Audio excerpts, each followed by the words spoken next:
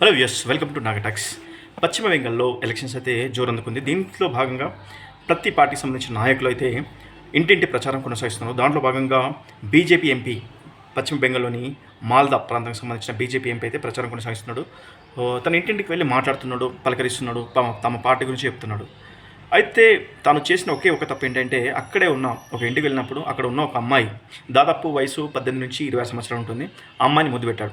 So ఆయన ముద్దు పెట్టుకున్న సమయంలో వాటి కొంచెం పట్టుకొని ఈ విధంగా పట్టుకొని ముద్దు పెట్టడంలో అక్కడే ఉన్న ఒక వ్యక్తి ఫోటో తీశాడు. సో ఫోన్లో ఫోటో తీసి దాన్ని సోషల్ మీడియాలో పబ్లిష్ చేశాడు.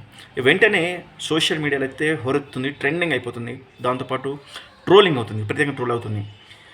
ఈ వ్యక్తి నుంచి ఈ ఎలక్షన్లో పాల్గొనే మాల్దా ఎంపీ నుంచి అమ్మాయిని రక్షించుకునే బాధ్యత మనది, ఈ కామందుడి నుంచి అమ్మాయిని రక్షించండి అంటూ అయితే ట్రోలింగ్ జరుగుతుంది. అయితే ఇక్కడ ఒకటే మాట మనం చెప్పాల్సుకున్నాం. ఎలక్షన్లో ప్రచారం పాల్గొనే నాయకులు మీరు మాట్లాడవచ్చు, ఇంటికి ప్రచారం చేసుకోవచ్చు, మీ పార్టీ గురించి చెప్పుకోవచ్చు, ఇంకా మీరు భవిష్యత్తు గురించి ఏదైనా చెప్పుకోవచ్చు.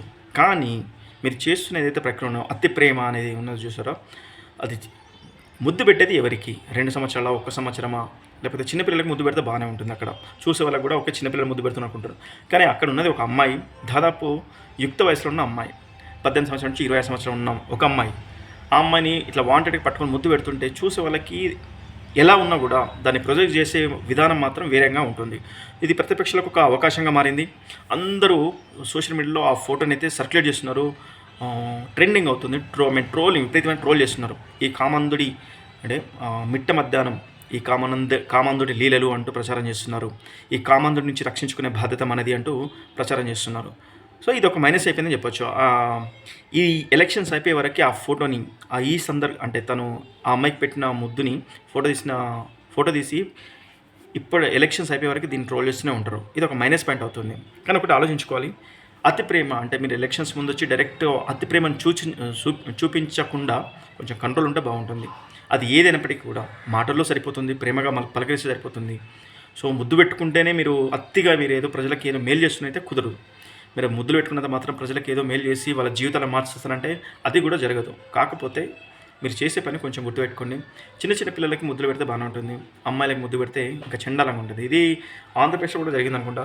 2014లో జగన్మోహన్ రెడ్డి కూడా ఇక్కడ అందరికీ అంటే ఆడవాళ్ళకి ముద్దులు పెడుతుంటే కూడా తనని అప్పుడు కూడా చాలామంది ట్రోల్ చేస్తారు. సోషల్ మీడియాలో కూడా తను పెట్టిన ముద్దులు పెడుతున్నప్పుడు వీడియోలు కానీ లేకపోతే ఫోటోలు కానీ చాలా సర్క్యులేట్ అయ్యాయి.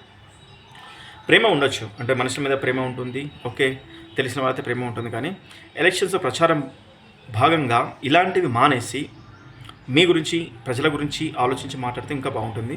సో అంటే ప్రతిపక్షాలకి అనవసరంగా ఒక ఛాన్స్ ఇవ్వకుండా మిమ్మల్ని మీరు కాపాడుకోవచ్చు. ఇప్పుడు ఒక ఛాన్స్ ఇచ్చి ఆ కామందుడు అంటూ రకరకాలుగా ఫోటోలు పబ్లిష్ చేసి దాన్ని కుటుంబాన్ని అయ్యో ఎందుకు ముద్దు పెట్టాడు అని ఆలోచించుకునే స్థాయికి తీసుకురాకుండా ఉంటే బాగుంటుందని ఆలోచన. సో మొత్తానికైతే బీజేపీ ఎంపీ అండి పశ్చిమ బెంగాల్లోని మాల్దా ప్రాంతానికి సంబంధించిన బీజేపీ ఎంపీ, తన పేరు వచ్చేసి ముర్ము.